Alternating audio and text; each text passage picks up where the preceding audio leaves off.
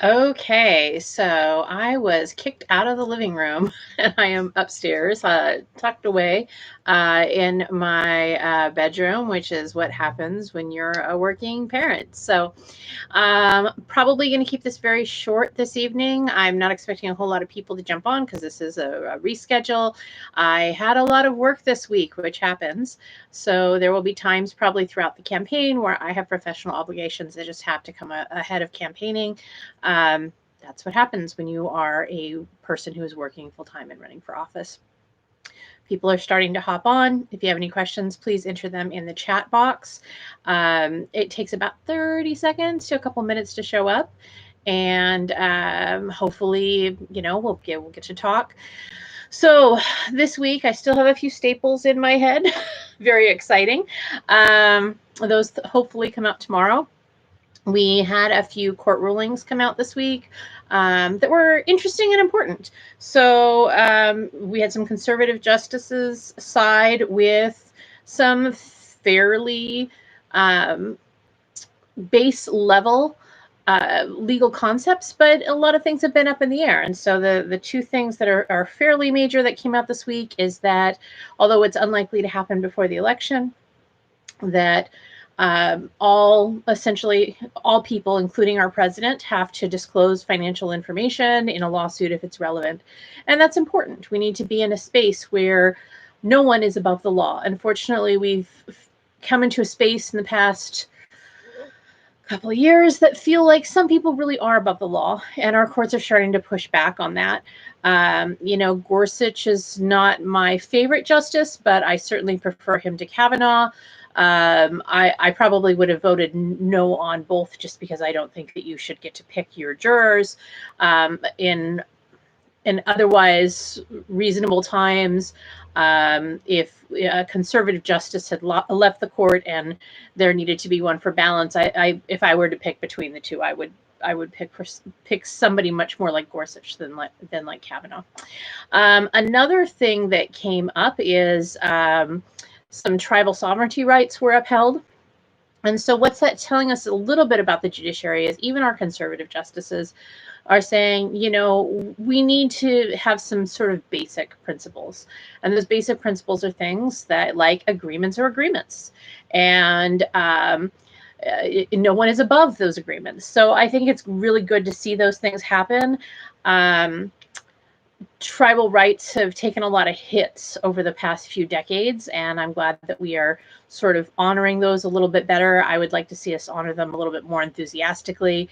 There are a lot of things that complicate that. You've got people who are now on that land saying, well, through no fault of our own, we're caught up in this. And I think that there are some recourses there, but I think it's incumbent on the federal government to come up with solutions that really do respect and honor our treaties. And, we have tribes that have said, we don't want money, we want our land back. And I think that's a reasonable outcome.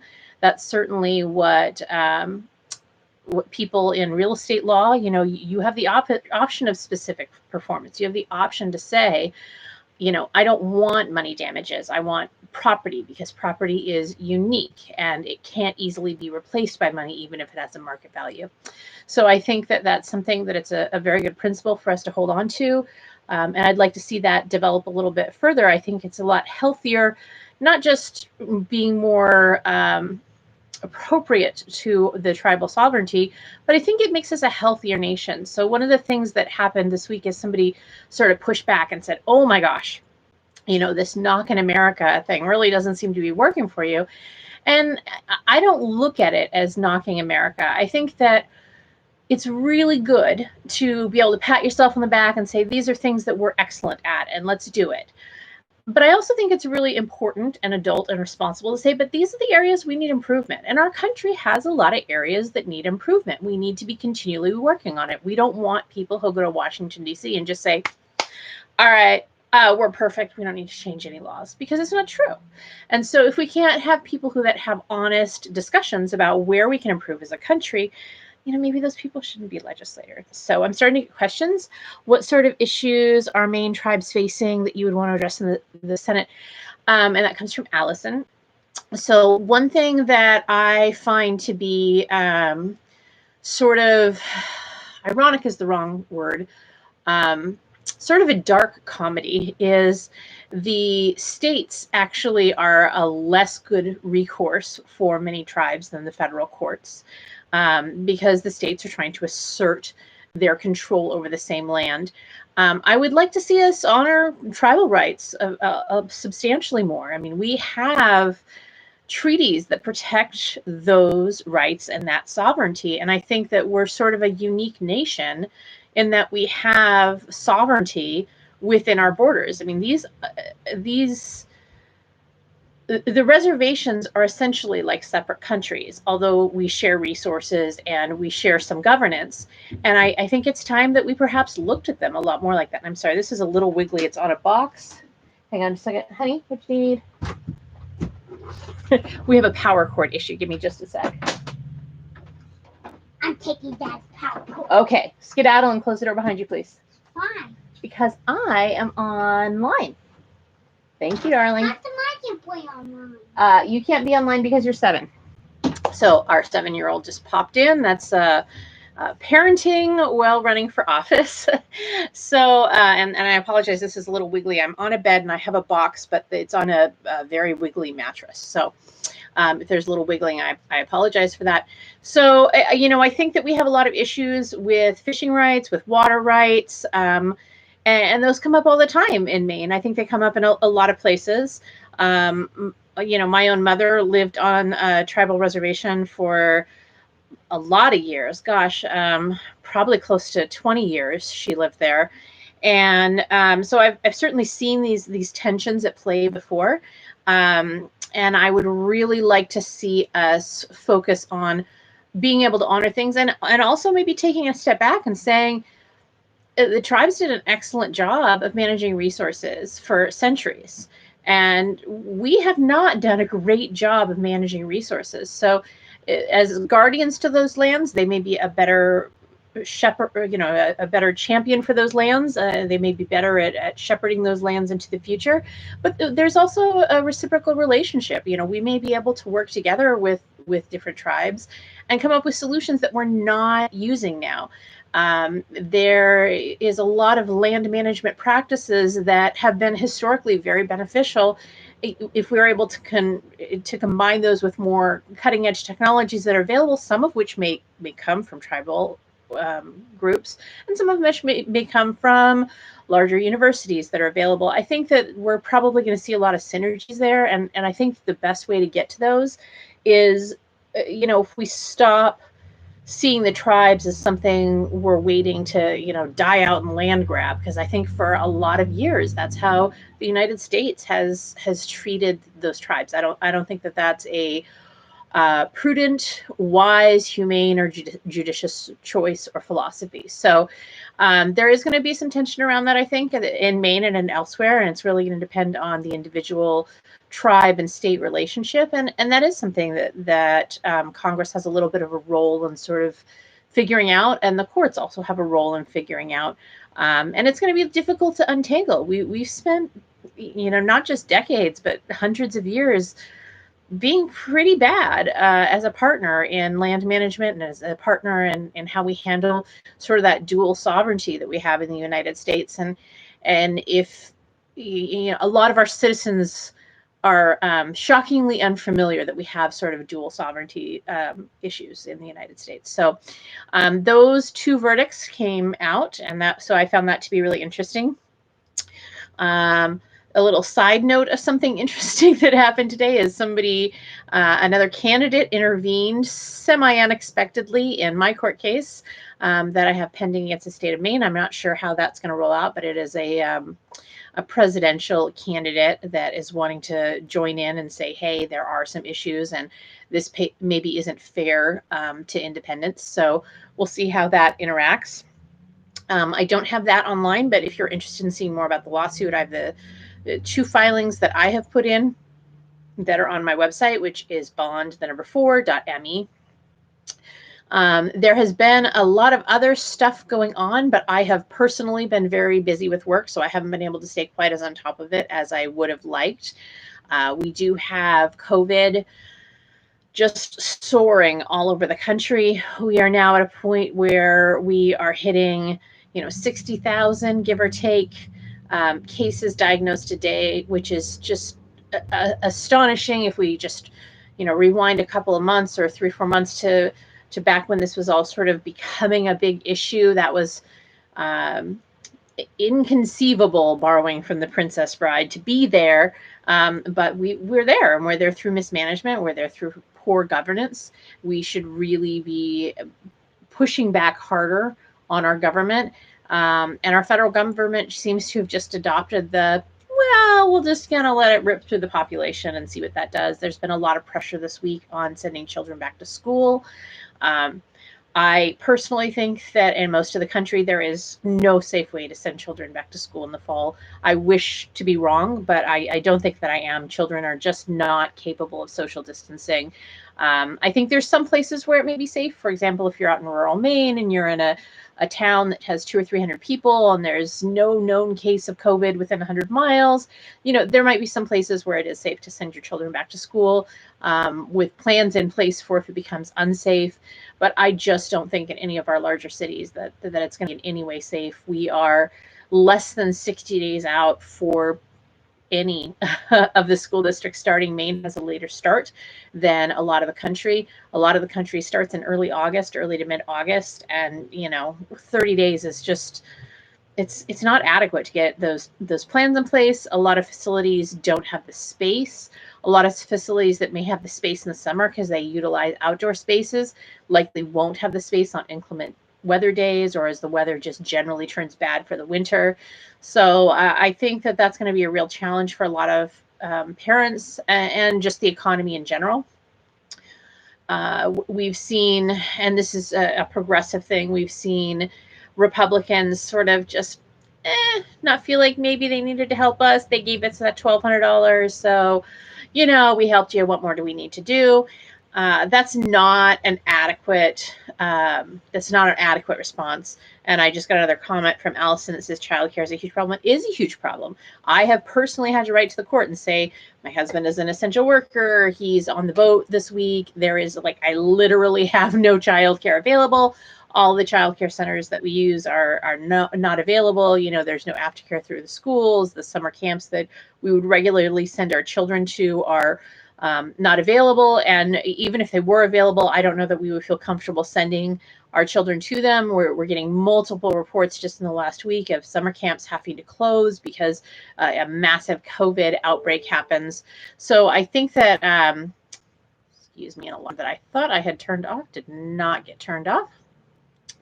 So, yeah, I think that it's going to be childcare is going to ultimately cripple us. And it didn't have to be this way. This was a conscientious choice to not effectively govern. And, this has been profitable. COVID has been profitable for a big chunk of people. The wealthiest people in our country are actually getting exponentially more wealthy in a pandemic, and everybody else is getting worse off. Our stock market has no relationship at all right now to what's going on for the average worker. I think jobless claims were, around 1.3 million more jobless claims that were released, and that's on top of what's already there. And they were expecting it to be 1.4 million. That's a lot more jobs lost. I know that I am personally having clients that are really struggling financially and really having a very hard time. They're not sure how they're going to make ends meet. And certainly, as our courts are opening up, I have more billable hours, but not that many more. So I'm seeing this really become a burden. And I think that the only way that we can change it is by applying pressure to the members of Congress that we have. If they aren't hearing from us, hey, we are having to pick between rent and food, and we don't have any money to pay either because the unemployment's running out, the bump to unemployment's going to run out, all of the moratoriums that were in place on utilities and mortgage and rental evictions, all of those things are running out. If they were even there in the first place, they weren't available to a lot of people in the first place. The state governments and local governments just financially do not have the resources. And I am certainly willing to levy criticism against our state government when they haven't done a lot of things. Geez, our legislature has pieced out entirely in Maine, but they also don't have the budget to address these shortfalls and these issues. So though I fault our legislature in Maine for a lot of their failings, this particular failing is related to the federal government. We need to have a UBI-like payment in place, and that's universal basic income for those who don't know what it is. I'm not necessarily a fan of having that all the time, but gosh, if we were ever going to run a test in this country on it, this is the time to do it. We should be looking at UBI-like payments. We also should be having wraparound Medicaid, where if somebody loses their employment, through the ACA, they are not necessarily going to be eligible for anything that they can afford. The wraparound Medicaid that we put in should have no copays. It should be automatic. If you don't have coverage, it just covers you. Maybe it doesn't cover you for everything. Maybe it's just, hey, if you need COVID related or emergency only treatment, we're going to wrap around cover you right now. If you have your insurance, you need to make sure you're keeping it. But if you lose it, you're covered. If there's some copays or something that is keeping you from getting this emergency medical treatment so that we're not spreading this virus, we'll swoop in, because the cost to cover that, the cost to cover testing, the cost to cover tracing is so much less damaging to the economy than the cost of just letting it go. And that's the problem, is our government had this gift of time. We had the gift of everybody being willing to suck it up and say, all right, let's plan, let's get everything in place. Let's when it became obvious we needed to be wearing masks, let's get masks to everybody. Let's work on supplies. Let's make it so we are as prepared as possible as a nation to deal with a pandemic. It's been about 100 years since we had one, but we have massive advances in technology. We have massive advances in infrastructure in the last 100 years. So let's do it. And we didn't. We didn't do anything. There are now national shortages again on things like masks and gowns and other PPE, and we took that time and squandered it. We are the only wealthy nation who is just going through the roof right now. If you see the charts of how everybody's COVID is doing, everybody else is kind of down here at the bottom, and then there's the United States, and this is not an area that we want to be number one in. So I'm hoping that we can start applying more pressure to our members of Congress. It seems like they're maybe not getting any communication. I'd like to, if you're watching this, tell your friends to call members of Congress, email, fax, whatever is comfortable and convenient for you. We need to start saying we need help. We need the people who are the average citizens that are the worker bees of this country to have help. We need financial help. We need logistical help. People need protection to be able to go back to work if they don't have a choice other than to work. And we need to take unemployment out of the equation as a mechanism to force people who are otherwise vulnerable back to work. Because if we're removing unemployment, what we're doing is, if we don't have childcare in place, and we won't have safe childcare in place. If we don't have school in place, and we won't have safe school in place. We're going to see spikes all over the place. If we don't have that, and we say, okay, well, now you have to go back to work without childcare, without school, we're going to be putting a lot of children in a very perilous situation. And that we are way too wealthy of a country to be doing that to our children. So I'm hoping that we can ratchet up the pressure. The Senate in particular doesn't seem to be feeling it at all right now, which is just astonishing. But that's what happens when you elect millionaires. That's what happens when it becomes so all about the money that people have to be governed by those who have no idea what it's like to have to triage their own monthly bills. And when you're so detached from what average people are going through, it's just going to be it's a nightmare to legislate. And it's probably a nightmare for them too, because they have no concept of what they're inflicting on people. So let's send a few people that can explain to them what they are inflicting on others. So contact your senators this week, please reach out. Hang on. Do you think it would take pressure from the international community? We will be a threat to the world if we can't deal with the crisis properly. I think the international community is just going to tell us to bug off. I think the international community, who has looked to the United States for guidance um, for decades, if not centuries, is basically going to tell us to pound sand and that we are in a self-inflicted tragedy. So I don't think international community is going to be that helpful. I think that it's our own constituents that are going to be helpful. And I think it's going to be by reaching out to members of Congress. And I'm generally not a huge fan of a general strike, but we saw how effective it was when people just said, we're not going to work in unsafe conditions. So we might need to say, we're not going to work in unsafe conditions. We're not going to do it. And I don't think it would take very long of us doing that for the Senate to take action. A couple of weeks of us just saying, we don't care how essential we are, we're done. We're not going to do anything until you get on top of policy and you get on top of prevention, because you're just going to destroy this economy for all of us. And you cannot put so many lives ahead of the economy and those consequences. You can't be destroying lives. You can't be destroying the economy. And they're doing it. They've just ignored the cost in humanity and financially to all of us, because it's profitable and they don't care. I mean, that's really what it comes down to is it became more profitable to not care.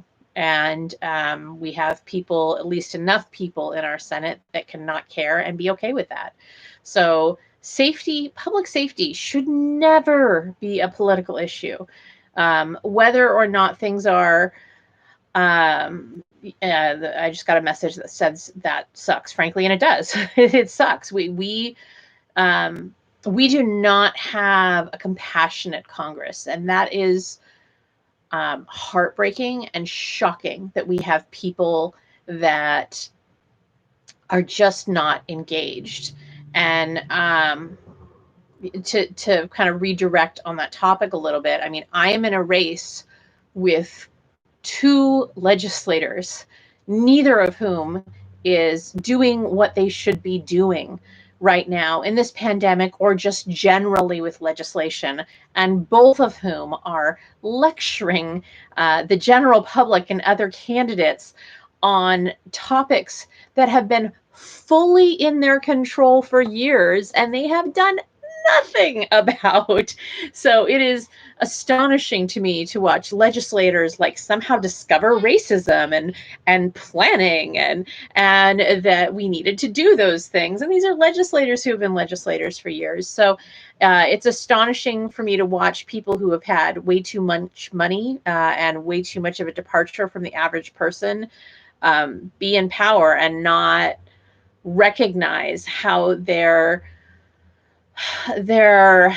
lack of attention to the little details that really screw other people up has had a major impact on people, but it doesn't impact them. So, maybe they'll get to it next session.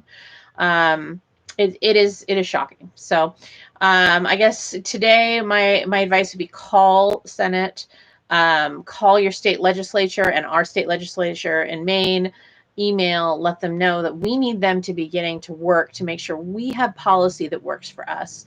We need them to be getting to work to make sure that though we may have political differences on how to solve problems, public safety is not a partisan issue, and it needs to not become a partisan issue. And it is fine to objectively say right now, it's pretty much all of the Republicans that are making this a partisan issue at a federal level. The state levels, they're starting to change and recognize that the consequences are a little bit greater, but their actions are hurting people. They are killing people. And to be purposefully killing people by choosing to advertise behavior that is directly harmful to others is just an astonishing choice for senators. It's astonishing. It's astonishing for state legislators. It's astonishing for governors.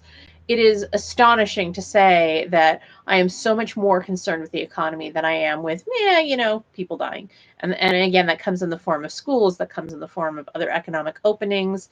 And we are starting to see some of the governors push back. So governors are a really good place to call state legislatures. And I think it's going to be a lot more effective contact Senate, because that's the stopping place right now. The House Representatives, yeah, it's important to call them, but really everything's getting bogged down in the Senate, and that's going to be an issue, particularly if you have any Republicans that are in office. And I'm running against one. Susan Collins is a Republican. Call her office. Also, calling is king. I'm sure that he would love to hear it. If you're in Maine, please give him a call. If you're in any other states, make sure you're calling your state legislators. Doesn't look like there's any other questions. I will be back on Saturday, so there's going to be a pretty short period of time. I don't need to go on much longer. So I will see. Hold on. What is a good way we can help get my message out, and what has been most helpful for my campaign? I'm happy to answer that question. So the best way you can help me, if you want to spend money, is to do a Maine raising. It is like a digital door knock helping somebody else in Maine. And that's just find any product from any small business anywhere in Maine, and buy something from them. It can be $5, $10, however much you want to spend. If you need a new face mask or a backup for when you wash, or a face mask, you can Google if you're feeling adventurous, or sites like Etsy have thousands of products. There's like 200,000 plus products from Maine on Etsy. eBay also has hundreds of thousands of products from Maine. So, and just leave a note. Tell them to look me up. Tell them that I wouldn't take your money. I asked you to invest in the community. Tell them what you love about the campaign. I do ask when you're doing Maine raisings to be to perhaps preserve criticism of other candidates. This is about an introduction to a candidate. So if you have the ability to do that, great. If you just want to throw a few minutes a week at this, you can actually look up the hashtag, the number 5-minute volunteer. I have a lot of 5-minute volunteer things you can do, retweet, share on social media, share either what I'm pushing out or just something that you like about it. If you see people talking about getting money out of politics, or Susan Collins, or being frustrated generally with a two-party system or ranked choice voting, those are all great things to tag in and say, hey, follow Tiffany. The more followers I get, the more people that we're spreading all of this amongst, the less work it is for any individual. I have a very crowdsourced campaign, so there's just a ton of ways to help that are free or pennies or a few dollars, because really politics shouldn't cost so much that average people can't run. And I mean, my whole campaign, this one and the one I had in 2018, they're about how do regular people run for office. A lot of our problems are that you need millions and millions and millions of dollars to run for office, and the compromises you have to make to get there, or the wealth that you must have to get there, are prohibitive. So let's get people who are functional and just kind of average members of society doing these jobs, and let's get people who actually like the work doing the jobs. I read through federal law anyway as a part of my job. I like it. So let's get people who actually want to do the job of legislating, and let's not make it so it's a multi-million-dollar game show to get the job. Let's make it so if you have somebody who's interested in legislating and they'd be good at it, they can apply for the job and say, hey, here is my general beliefs, here is how I function, here's how I look at the law, and I'd like to see it move. And that's enough to run for office. It's a job interview. So I personally don't think it should be about building, a several thousand person megalithic mini company that runs for a year or two to be able to get into office for a job that pays less than $200,000 a year. That is an insane way to approach the job. So those are great ways to help. Find me online. If you have any questions, you can send me a message or just at me. If there's anything else you want to ask, feel free to reach out, and I will be back for Breakfast with Tiffany on Saturday morning. I hope you all have a really lovely evening, and maybe a less wiggly venue next time. I'll probably be back downstairs. I just got a little loud this evening with the kids. So I hope you have a great night, and I will see you Saturday morning.